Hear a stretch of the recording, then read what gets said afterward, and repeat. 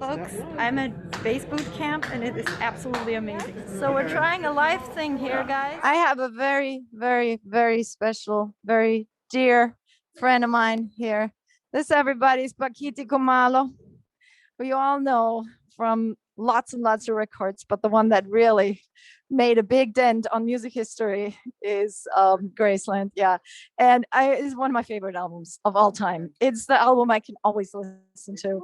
I had no idea when I played on it, but then it turned out to be like an amazing thing. But it's a greatest record. I mean, I've done some other recordings with some artists like Herbie Hancock, Randy Brecker, Cyndi Lauper, Gloria Estefan, Shaka Khan, just to spread the love of the bass and just play what's needed. And I've been blessed with that. You said something yesterday in your clinic that just blew my mind. You were saying something about when you were, because for those of you who don't know, and please correct me if I'm wrong, but you were picked out by Paul Simon to join this project that he had in mind to. Yes, and how they picked me up because I played on a recording of the traditional South African songs, and then when Paul Simon, somebody sent Paul Simon the songs that I played on, and he liked that, and he wanted these musicians to come, in the studio, and I had no idea even who Paul Simon was, but I was picked to play on this record, and then, but that by then it just helped me to be a better musician, to start thinking like, hey, this is it, this is the beginning of my end of struggle, or the beginning of life, a good life. But you learn things as you go. So I learned a lot of things as I was working with him, and it just got me to the place where I feel is comfortable now. Well, you said something yesterday that really blew my mind. You said when you were starting to work with the band, and they always wanted to know where the one is.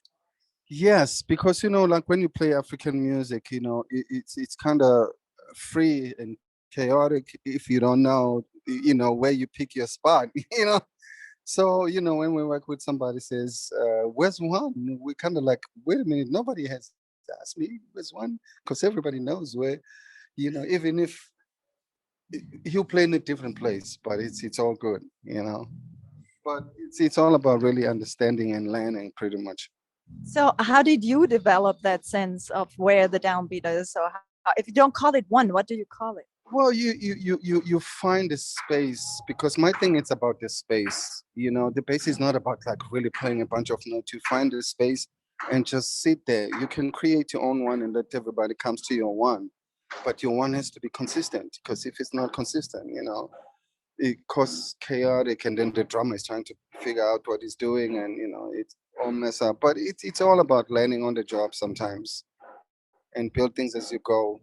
But as a bass player, you have to go back from where the bass started with all the legends that they play, and then build as you go, because you can't change the scene without selling any records. I mean, I sell records, so that's a tough thing, but it's all good.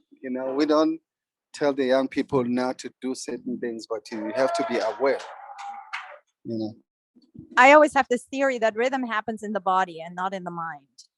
rhythm happens in the body, yes, exactly, and then also to playing the bass. The bass is part of the drum family.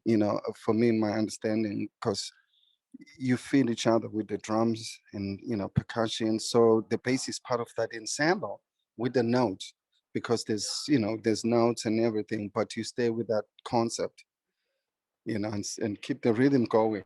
Because if you lose the rhythm, everything is just falling apart. If the bass is not solid, you did that and you sounded amazing yesterday. You keep the groove going, and it was so good that as a foundation you stay consistent. And that was a really fun show last night. It So, was amazing. It was amazing. I mean, there was some more things I did, but it just felt so good and natural to play for bass players, which is never easy. any bass players in the house, right? All hands going up. Yeah. You have been incredibly prolific over the quarantine. You want to tell us a little bit about what you've been Yes, up as to? well. I just finished my record, which is coming out October 22nd. And during the pandemic, because usually I travel a lot, But this time I just stayed home and I said, hey, wait a minute, I have my studio.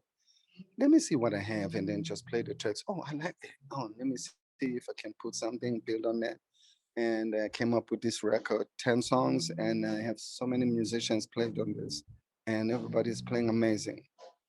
I can't wait. How can people find out about the release and Well, how they can get it's it? coming out October 22nd, and I think it's going to be on every social media, I believe.